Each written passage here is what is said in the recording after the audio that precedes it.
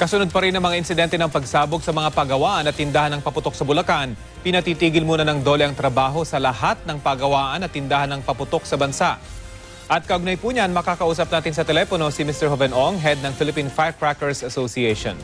Magandang tanghali po, Mr. Ong. Si Rafi Tima po ito at live po kayo sa Balitang Hali. Hi, good afternoon, Rafi. Pangalan naming asosasyon po Philippine Fireworks Association. Okay, Philippine Fireworks. Kasi ang terminology po niyan, ang firecrackers po, lahat po ng pumuputok at ang mga pailaw naman po, pyrotechnics. Kasi mas malawak po yung sakop ng inyong organisasyon. Anyway, ano po yung reaction niyo po dun sa work stoppage order ng DOLE? May balak po ba kayong i-apela ito? Hindi, natutuwa nga kami sa mabilis action ng ating Labor Secretary. Kasi alam naman natin na talaga lahat po ng pabrika sa Pilipinas, hindi lang po sa paputok, dapat po talaga binibisita ng DOLE yan.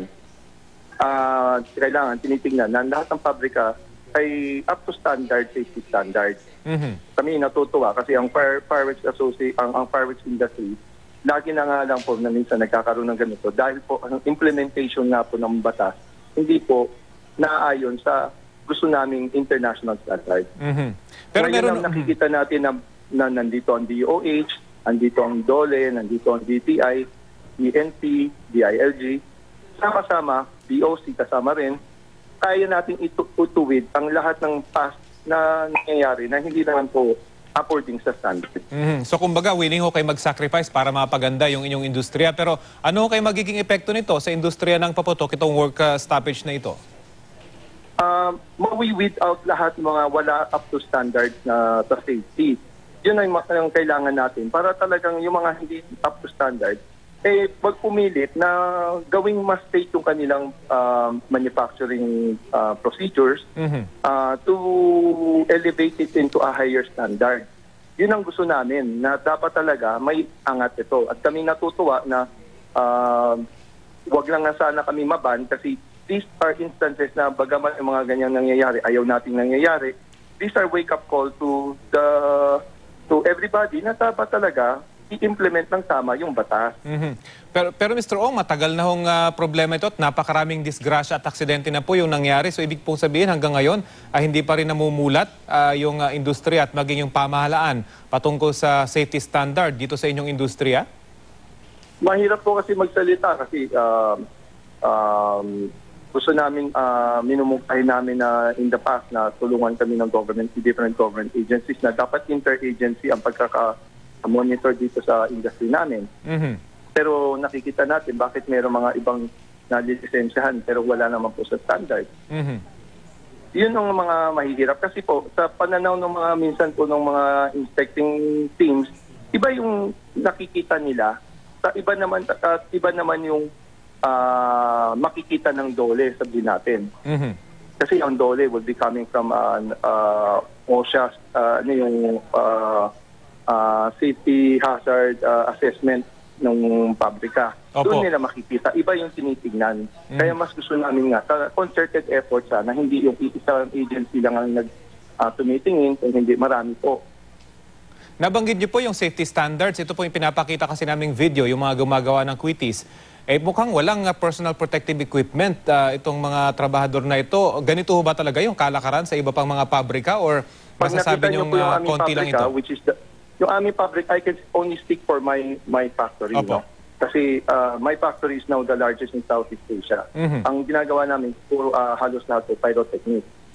So gusto nga namin, pag nakita madalas ng GMA7 na bumibisita sa amin at nakikita ninyo na talagang may standard. Ibang-iba po yung aming paggawaan doon sa normal na makikita natin. So ito po may pinapakita namin, ito yung mga maliliit na paggawaan pero ito nga po yung usually nasasangkot sa aksidente. Meron ho bang tulong na ipinapaabot yung malalaking kumpanya dito sa maliliit? Pwede namin kasi turuan sila kung gusto nilang magpaturo sa amin. Kasi hindi lang naman po iisang asosasyon na ito. Marami pong asosasyon yan sa iba't ibang parte ng Pilipinas. Umiikot tayo sa kanila at nakikipag-ugnayan with the PNP na nagbibigay ng safety seminar at tinuturuan natin na dapat ganito sana ang packaging, sana proper packaging. Nang sa ganon, hindi naririnig natin nagkakaroon ng aksidente sa bentahan. dahil po hindi properly packaged. Tayo naman po ay meron na po pinatupad na PS Mark, Philippine Standard sa fireworks ng DTI to the Bureau of Product Standards. Ay kulang pa po ang kanilang pagkaka-implement po nito. Kami po ay pupuntahan, magsisik kami ng audience sa ating butihing Secretary Lopez na sana po matulungan kami sa aming industriya. Opo. Dahil mas marami po talaga ang nakikinabang dito, nasa bentahan. Nasa bentahan, hindi sila nasa yung manufacturing kasi, bagamat marami na yan, you can just imagine, pag pinasa po ang isang produkto na ipapasa po ng isang beses yan bago makarating yan sa gagamit. Buti po nabanggit nyo yung... ng 150,000 to 200,000 or 300,000 even. I'm just saying 150,000, very conservative estimate. Saan sila kukuha ng livelihood? Buti po nabanggit nyo yung pag-iikot nyo sa iba pang mga lugar at yung mga associations na mga gumagawa ng paputok. Pero kumusta po yung pagpupulis ninyo sa inyong mga sariling ranks? Nabanggit nyo sa inyong pabrika, maganda yung standard. Pero paano po pag nakikita kayo katulad ng ipinapakita namin na talagang kitang-kita na delikado yung gumagawa nung mismo nung paputok at yung kanyang ginagalawan? Minsan po kasi... Go ahead po. Ang standard. Mr. Ong? Okay, mukhang nagkakaproblema po kami sa aming linya ng komunikasyon kay Mr. Joven Ong. Susubukan po naming balikan maya-maya po lamang. Maraming salamat na rin po sa inyo, Mr. Joven Ong, ang head ng Philippine Fireworks Association.